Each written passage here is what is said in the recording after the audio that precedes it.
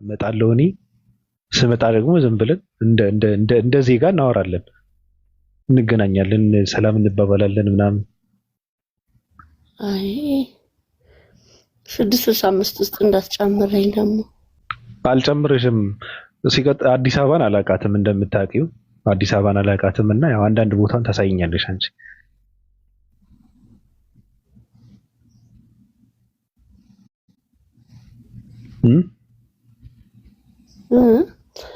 እሺ ችግር የለውም። በቃ እንደዛ ከሆነ ሀይ በይኝ። በቃ እኔ አወራሻለሁ። እሺ አውቀው ነው አሁን ማውራት የለብሽም። በውስጥ መጥተው አሁን ገብቶሻል። አሁን ሃይማኖትን ምክንያት አድርገው ሌላ ነገር እንትን አድርገው እንዳታወሪው፣ በጣም መጥፎ ሰው ነው እንደውም ሰይጣንም ይሉሻል። ሰይጣን ነው፣ ኧረ ሰይጣን ነው ማለትም አውቃለሁ። ሰይጣን ያመልካል ይሉሻል አውቀው። አሁን በተለይ ሴቶች ከሆኑ ማመን የለብሽም። ወንዶች ከሆኑም ቅናት ነው፣ ለራሳቸው ፈልገው ነው። ገብቶሻል። እና እንትን መቀበል የለብሽም። እሺ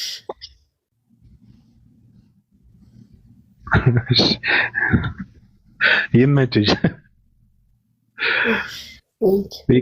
ይቃጠሉ እነሱ። በቃ እኔ ምንም ማድረግ አይቻልም።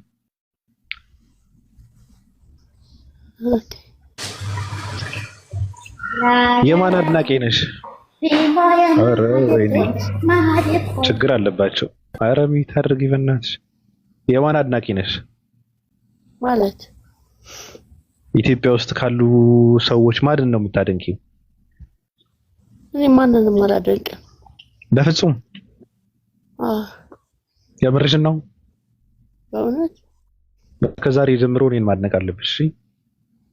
ለምን? ዝም ብለሽ አዶናይ ይላል። አዶናይ አሁን ቲክታከር ሰው ይመቸው ሀሳቡ። ባለፈው የሰማሁት ሀሳብ እኔ በጣም እንደ ወጣት ደስ የሚል ሀሳብ ነው ሲያነሳ የነበረው። በጣም አሪፍ ሀሳብ ነው። በተለይ ለኛ ለኢትዮጵያውያኖች በትክክል እኛን ሊገነባ የሚችል ሀሳብ ነው ሲያነሳ የነበረው። እዛ ጋ ቁጭ ብላ ስትጠይቅ የነበረች ሴት ደግሞ እውነት ለመናገር እኔ አልጠበቅኳትም። አምለሰት በእንደዚህ አይነት ማንነት እኔ አልጠበቅኳትም በፍጹም። በጣም ትልቅነቷን ነው ያሳየችው። ደስ የሚል ማንነት ነው ያንጸባረቀችው። ሲቀጥል ደግሞ ኢትዮጵያኖች በትር የሚያነሱበት ለመስበር እንትን የሚሉትን ሰው ነው ያስነሳችው። አንደኛ ነገር። ሁለተኛ ሲቀጥል ማንነቷ በጣም ደስ የሚል ማንነት ነው። እኔ በጣም ደስ የሚል ማንነት ነው ያየሁባት። በተለይ ሰይፉ ላይ ያሳየችው ማንነት እኔ አልጠበቅኩም። ካላቸው የግል እንትናቸው ይባላል እኔ አላውቅም ምን ችግር እንዳለባቸው። ጸብ ኑሯቸው በእንደዚህ አይነት ማንነት ውስጥ እንትን እያሉ ከሆነ እንደዚህ አይነት ቃላቶችን ተጠቅማ ሰይፉንና ልጁን በጥሩ እንትን ለማቀራረብ እንደዚህ አይነት ንግግር እኔ በእውነት ይህ ትልቅነት ነው፣ ጥበብ ነው፣ ንጹህነት ነው፣ እናትነት ነው። እናትም ስለሆነች ነው። በጣም ደስ ይላል።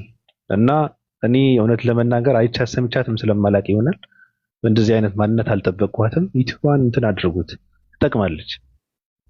እዛ ጋር መጥተው የሚቀርቡ ሰዎች እውነት ለመናገር ብዙ ይጠቅማሉ። አሁን ልጁ ያነሳው ሀሳብ ማንም ኢትዮጵያዊ የሚያነሳው ሀሳብ አይደለም። ዝም ብሎ እየተነሳ ይዘላብድልሃል።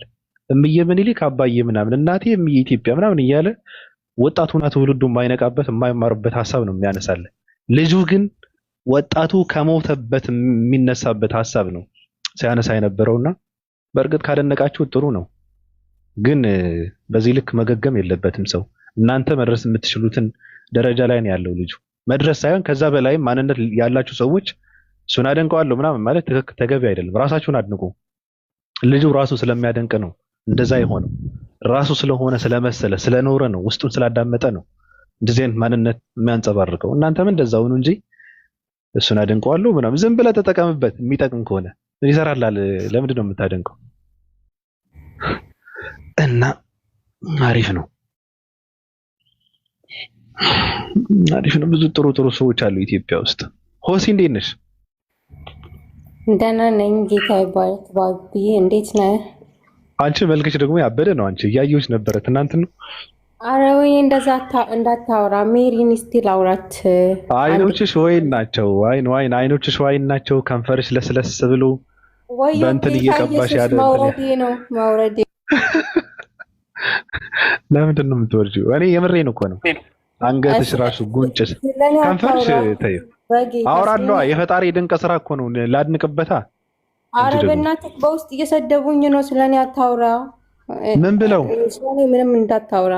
እኔ ሜሪን ለማውራት ነው የገባሁት። ምን ብለው ነው የሚሰድቡሽ? ብዬው አልናገርም።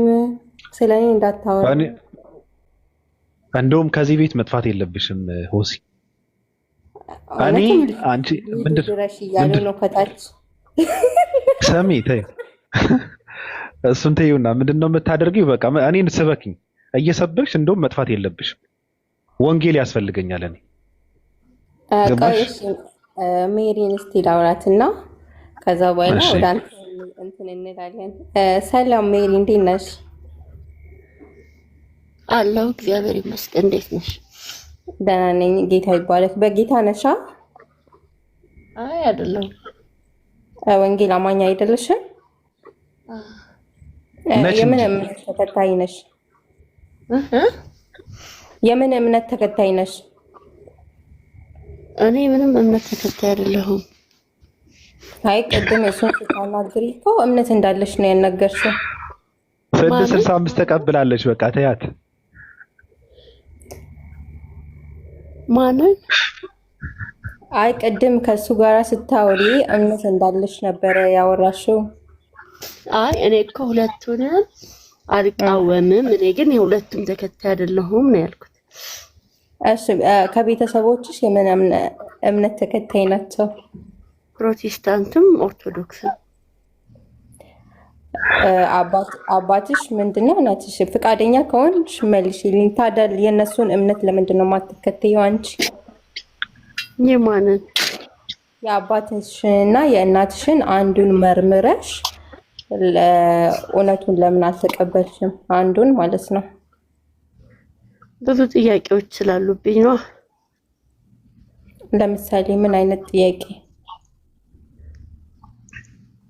በቃ መጽሐፍ ቅዱስ ራሱ ጥያቄ ስለሚሆንብኝ የግድ ሃይማኖት ደግሞ ስትከታይ ትማሪያለሽ አይደለ? አስተማሪዎች ይኖሩሻል። ከሚያስተምሩት አንፃር ልክ ያልሆነ ነገር ስለምሰማ ስመረምረው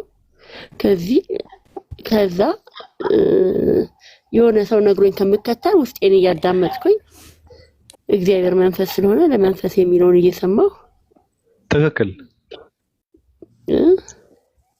ቆይ ባቢ ባህላት ትግባ። አሁን ቅድም አንተ ስለ ስቅለት ስጠይቃት በቃ ክርስቲያን እንደሆነ ሰው እየመለሰች ነበረ። ለዛ ክርስቲያን መስለ ሌላ ሰው ነው የሚመልስልህ ብየዋለሁ እኮ እኔ ነግራኛለች።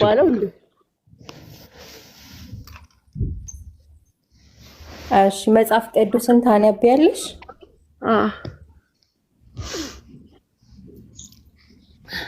ለምሳሌ እስቲ ምን አንብብሽ ከመጽሐፍ ቅዱስ ንገሪኝ እስቲ። አንቺ ጠይቂኝ እስቲ። አንብቤያለሁ። በስላሴ ታምኛለሽ? አንድ አምላክ ብዬ አምናለሁ። በሶስት አካል ታምኛለሽ?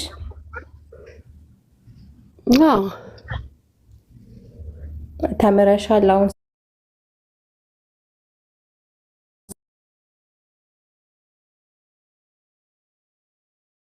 ልንገርሽ? ከምን ልጀምርልሽ? አይ ስላሴ እንዴት እንደተማርሽ ማለት ነው።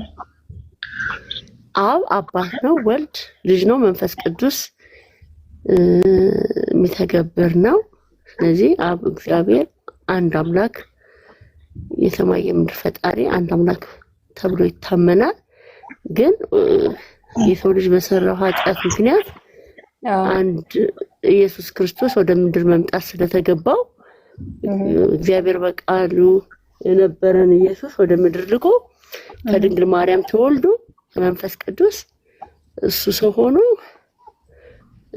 እንደሞተ እንደተሰቀለ በሶስተኛው ቀን እንደተነሳ መንፈስ ቅዱስ ደግሞ ኢየሱስ ከሄደ በኋላ እንደመጣ ምናምን አውቃለሁ። ኦኬ አንቺ አሁን የዘላለም ሕይወት እንዳለሽ በክርስቶስ ታምኛለሽ? እርግጠኛ ያልሆንኩት እሱ ነው። መጽሐፍ ቅዱስ አሁን እርግጠኛ በሚያደርግ መንገድ ይናገራል። ለምሳሌ በልጁ የሚያምን የዘላለም ሕይወት እንዳለው ይናገራል። አንቺ ለምንድን ነው እርግጠኛ ያልሆንሽው? እሱም ብቻ አይደለም የሚለው። እሺ እኔ ልጠይቅሽ። አሁን ለምሳሌ ኢየሱስ ክርስቶስ ኢየሱስ ምን አሉት ደቀ መዛሙርቶቹ? እኛ ሁሉን ጥለን ተከተልንህ፣ ስለዚህ ትርፋችን ምንድን ነው አሉት። በሰማይ የዘላለም ሕይወት በምድር 100 እጥፍ አላቸው። ገባሽ? እዚህ የተናገረው ነገር ሰርቶ ካላየው የሰማይ ገና ሲኦል ሊኖር ይችላል ላይኖር ይችላል አላውቅም። የሆነ ሰው ደግሞ መንግስተ ሰማያት ጌታን በመቀበል ሊገባ እሱ ይሁን እሺ